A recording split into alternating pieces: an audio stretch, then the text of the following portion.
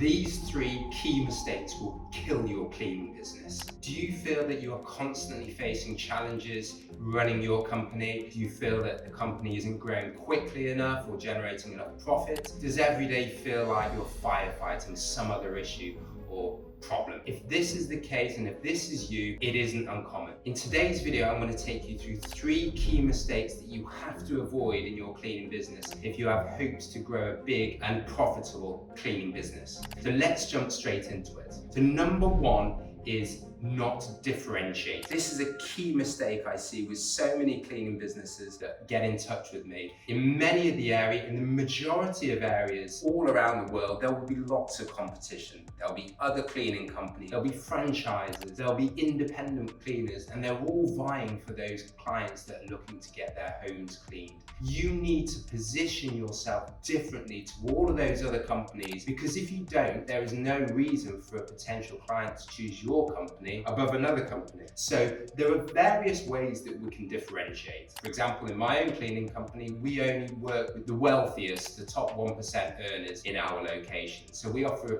premium service. We recruit high quality, 5-star hotel experience cleaners. We give them great products. We have a very high bar in terms of the quality of service that we expect. So this is the way that we differentiate in my own cleaning company. There are lots of other ways that you can differentiate. Maybe you have a heavy eco focus in your company. Maybe you have lots of eco-friendly cleaning products and equipment. This would be another way you could differentiate. Another way you could differentiate could be in terms of the cleaning staff you work with. You know, I came across a very interesting company recently where they work predominantly with stay-at-home mums, mums who maybe have kids at school and they have certain hours during the day where, they have availability, but importantly, they have day-to-day experience of what it's like to maintain a busy family home. So this works really well for that cleaning company. Obviously, if they have clients that have families and have children, their maids and their cleaners are in a perfect position to understand the requirements of those clients. So point 1, the first big mistake that I see is companies not differentiating enough. You need to have a look at your competition, and when someone comes to your website, you need to know straight off, or if someone who doesn't know you or your company, they go to your website, they need to know, why is your cleaning company different to all the others out there? If it is not clear what your differentiator is, there is no reason for that client to choose your company above everyone else. So you need to find a point of differentiation.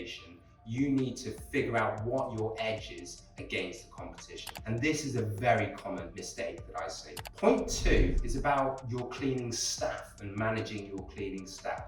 So very beginning, when I started my business, I thought it was all about, recruiting great, experienced maids and cleaners, people that have maybe worked at other house cleaning companies or other franchises for many years, or maybe they worked as a supervisor at a 5-star hotel in the city.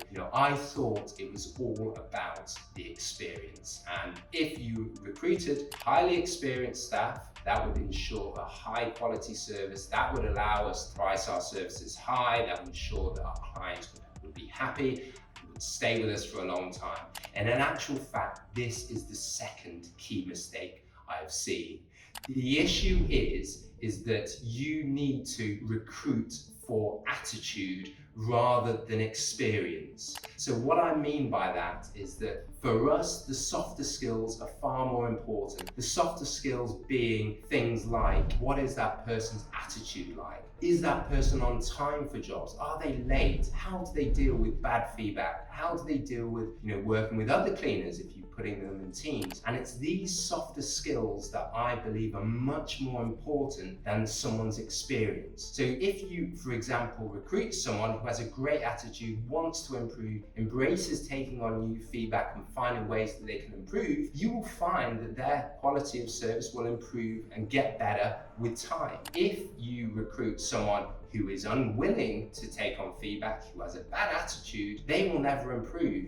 If you tell them that, this last client that they cleaned for, had some certain feedback and said, for example, I would have liked it if the maid had tidied this in a certain way or wiped down this surface in a different way, someone with a great attitude would take that on board, and that would mean that the next time they clean for that client or any of their other clients, their quality of service would have inched up. But if you recruit someone with a bad attitude who doesn't want to improve, then the quality of service cannot improve. So the second mistake I find is that people, particularly early stage companies, will recruit for experience rather than the softer skills, rather than attitude. In actual fact, you want to flip that the other way around. You want to recruit for attitude and you want to recruit for experience, secondly. So this is the second mistake that I find is a big mistake that cleaning companies make. Point 3 is about pricing. And this is a critical mistake that I see so many companies make, my own company as well. And this is pricing too low.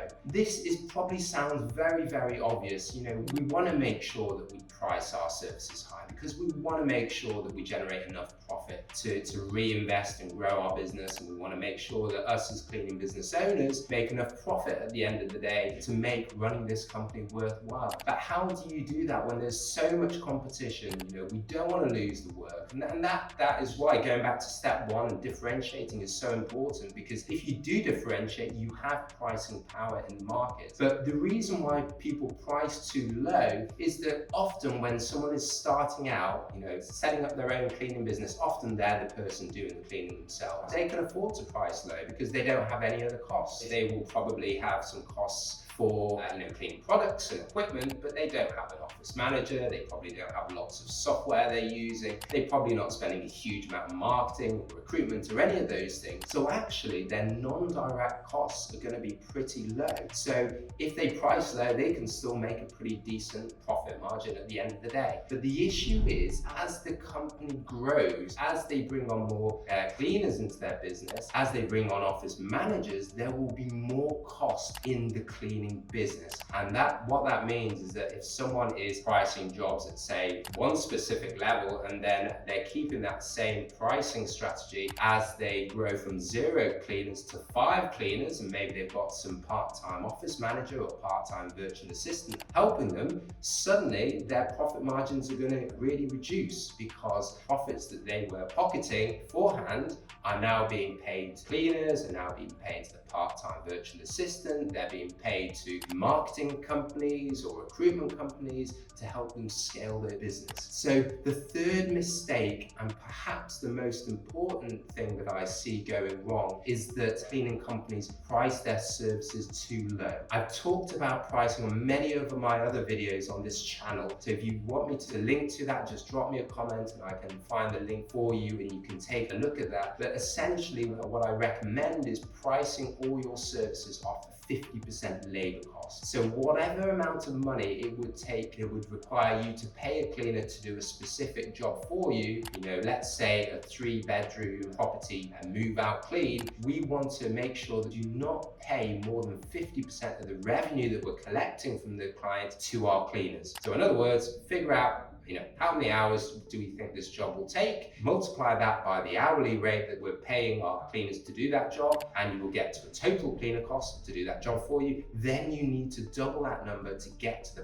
price to charge your end client. And if you get to that position, that will mean that you're hitting a 50% labor cost. What that means is after you pay your cleaners, you've still got 50% profit to use as you wish in your business. Obviously, part of that will be, to pay yourself as the business owner. Part of that will be to pay for a virtual assistant. Part of that will be to reinvest, grow in marketing and advertising. So the issue is if you price too low, there's not enough profit, not enough gross profit is the technical term, to reinvest in your business. And if you do not have enough money to reinvest, you cannot grow your business. And also what that means is that you as the business owner will just make less profit. So pricing too low is a third key mistake that I see with cleaning company owners. So if you address these 3 mistakes, if you identify them and make sure you're not making these mistakes in your business, then you're in a great position to start really ramping up and growing your business. And this is when you want to be throwing fuel onto the fire. This this is when you want to be more aggressively marketing, because you know the core elements of your business are working well. And in this next video, I'm going to tell you exactly my #1 cleaning business marketing strategy you want to use, and this will outline where to most efficiently use your time and money to